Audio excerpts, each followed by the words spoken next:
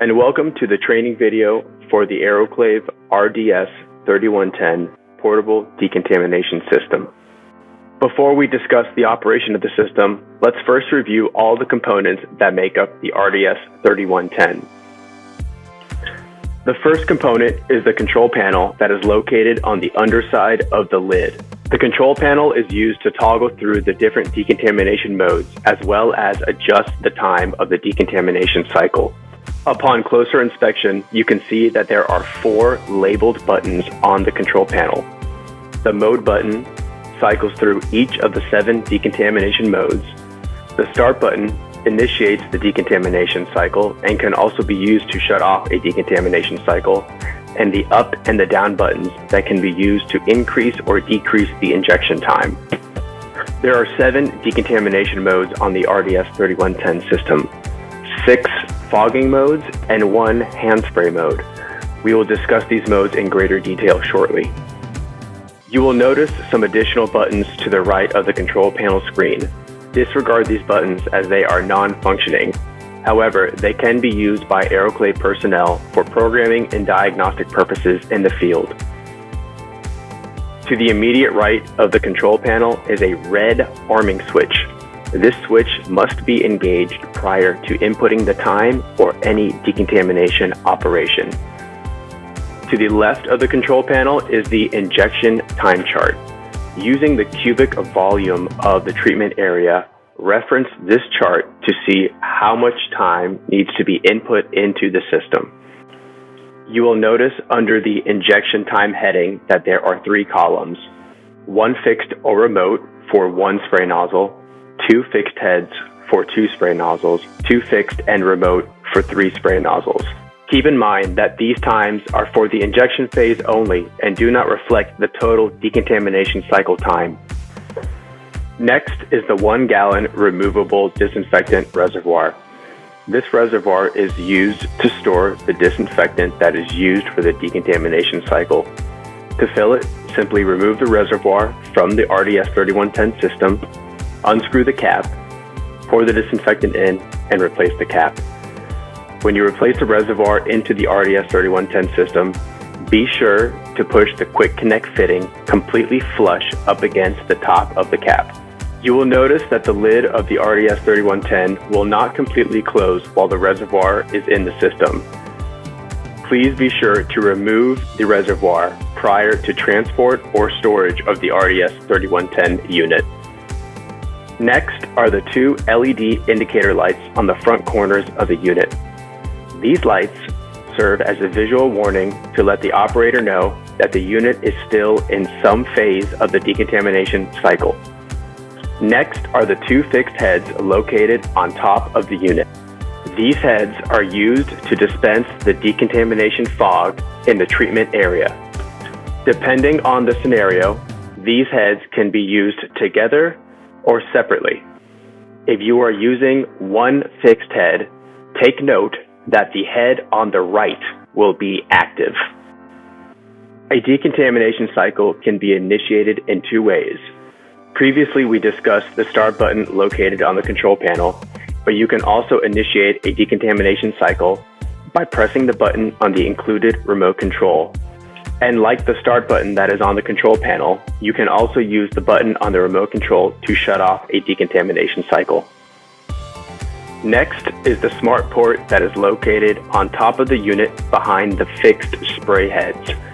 This port is used to connect one of 2 accessories, either the AeroClave portable applicator or one of the many ADP ambulance ports. All AeroClave accessories use the same universal connector. To attach one of these accessories to the RDS 3110 unit, simply locate the white dot on the end of the connector and line it up with the white dot that is located on the smart port. Once you have done that, twist the connector clockwise to secure it into place. To disconnect the connector, simply turn it counterclockwise. The last component of the RDS 3110 is the AeroClave Portable Applicator, or APA. The APA is a 25-foot-long dual-purpose accessory that can be used to manually apply disinfectant on desired surfaces or as a standalone fogging head similar to the two fixed heads located on top of the unit. Now that we have identified and discussed the individual components of the RDS 3110 system, we can review the basics of the decontamination process as well as the operation of the RDS 3110 system. The typical AeroClave decontamination cycle is comprised of 4 phases: the setup, injection, dwell, and aeration. You may have remembered that previously we mentioned that there were 6 different decontamination fogging modes. The following steps that we're going to review apply to all 6 fogging modes, irregardless of scenario or location.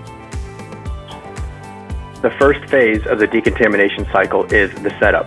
During the setup, the treatment area is prepped and secured in anticipation of beginning a decontamination cycle. As you can see on the steps listed below, some of the steps associated with setup are pre-cleaning the area, prepping the surfaces in the treatment area to be contacted by the decontamination fog, shutting off or isolating any HVAC exhaust or ventilation, and ensuring that all food, drinks, and personnel have been removed from the area prior to initiation of the decontamination cycle. After the treatment area has been prepped and secured, you can begin setting up the RDS 3110 system. Depending on the type of scenario that you're operating in, you want to determine the best location to place the RDS 3110 unit. When we discuss specific decontamination modes, we will go into greater detail as to where these desired locations are.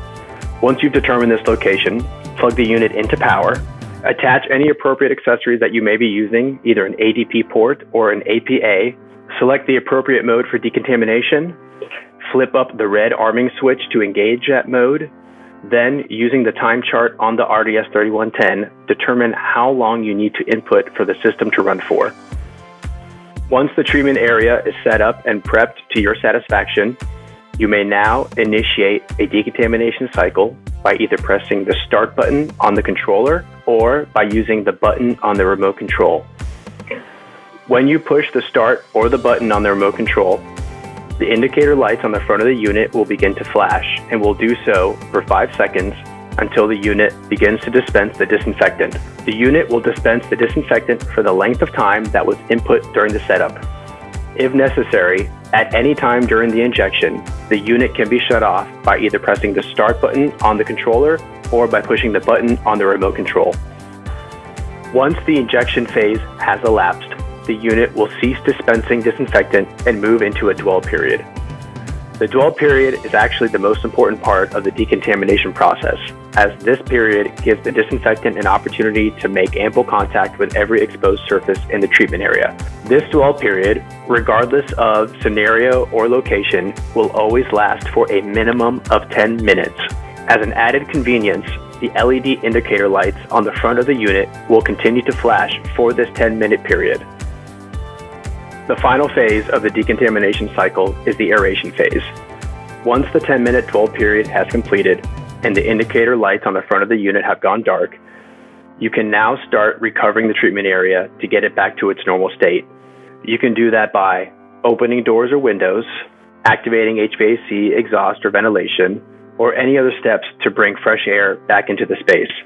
Upon opening the doors after the dwell period, you may notice that there is a slight fog or haze in the air. Allow this fog or haze to clear before re-entering the treatment area. Once the fog or haze has cleared, enter the treatment area, unplug the RDS 3110 from power, and remove from the treatment area. Now that we have gone over the basics of the RDS 3110, as well as the decontamination cycle process, let's look at some examples of the more common ways that the unit can be deployed. First, let's take a look at how to decontaminate an ambulance patient compartment without using an AeroClave ADP port. Along with the normal steps for setup of a decontamination cycle, there are a few extra steps to remember when decontaminating an ambulance patient compartment without an AeroClave ADP port. First is the mode that you want to operate in. Typically, this is done in a one fixed head mode. Remember, when operating in one fixed head mode, the head that will be active will be the spray head that is facing the right when you are facing the unit. You want to place the RDS 3110 unit in either the very front or the very rear of the patient compartment. making sure that the single fixed nozzle is pointing towards the center of the patient compartment. When placing the unit, you want to ensure that you're in close proximity to power. You also want to make sure that there is a clear path for the disinfectant to dispense from the nozzle without spraying directly up against any surfaces, equipment, or furniture. Once the unit is placed and plugged into power, flip up the red arming switch and hit the mode button until you reached one fixed head mode. Once in one fixed head mode, determine the size of the space that you're decontaminating and use the injection time chart to determine the amount of time that you need to input into the system. For added convenience, the RES 3110 is pre-defaulted to 6 minutes. 6 minutes is the standard runtime for a standard size ambulance patient compartment.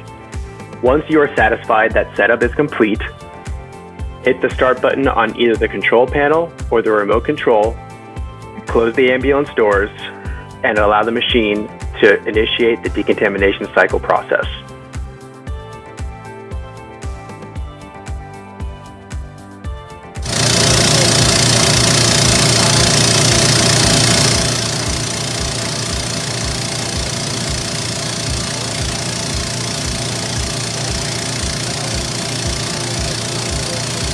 After the injection and dwell phases have completed, open up the ambulance doors to begin aeration. Keep in mind, there may be some fog or haze still present in the treatment area. Allow this fog or haze to dissipate before re-entering the space and removing the equipment. 3110 is also a fantastic tool to practice enhanced decontamination even within your facilities. Next, we will discuss some of the steps to setting up a decontamination cycle within a building. On screen are some notes to remember when decontaminating a room or a building. Keep in mind that the prep steps for the treatment area are identical to those for the back of an ambulance patient compartment. There are, however, some variables. For example, there are several modes that you can choose from when decontaminating a room or a building. The most common mode is 2 fixed head mode and will be the mode that we'll be using as our example. When placing the unit, you want to place it in as close to the center of the treatment area as possible. That way you are generating the decontamination fog from the center of the room. The injection time will vary. Use the included time chart, cross-referencing with the cubic volume of the room to determine how long the system will inject for. Once you are satisfied with the prep and the setup of the treatment area, place the unit in the center of the room, engage 2 fixed head mode, and hit the start button to initiate the decontamination cycle.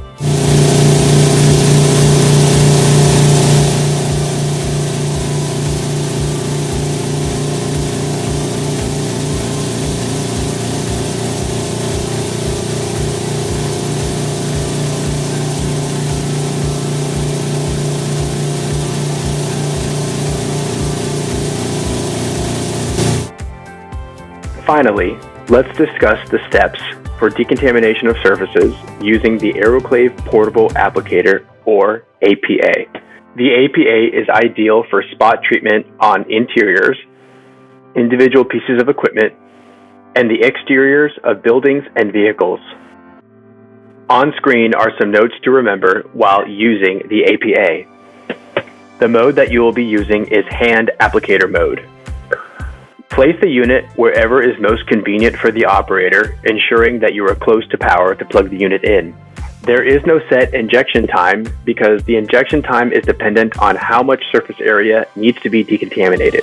There is one unique variable to the prep and setup of the treatment area when using the APA. Previously, when doing the decontamination fog, it was instructed that you isolate and turn off all HVAC, exhaust, or ventilation.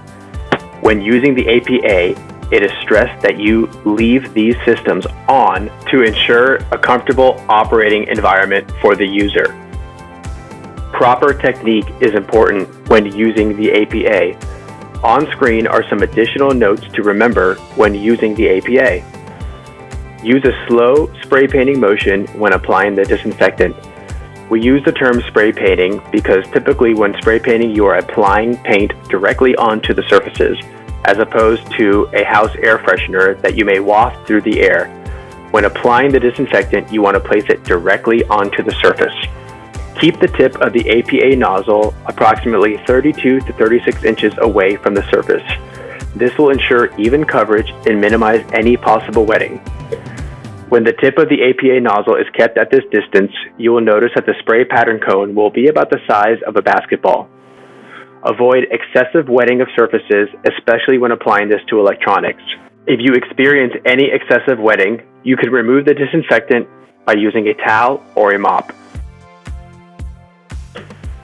Thank you for watching the AeroClave RDS 3110 decontamination training video.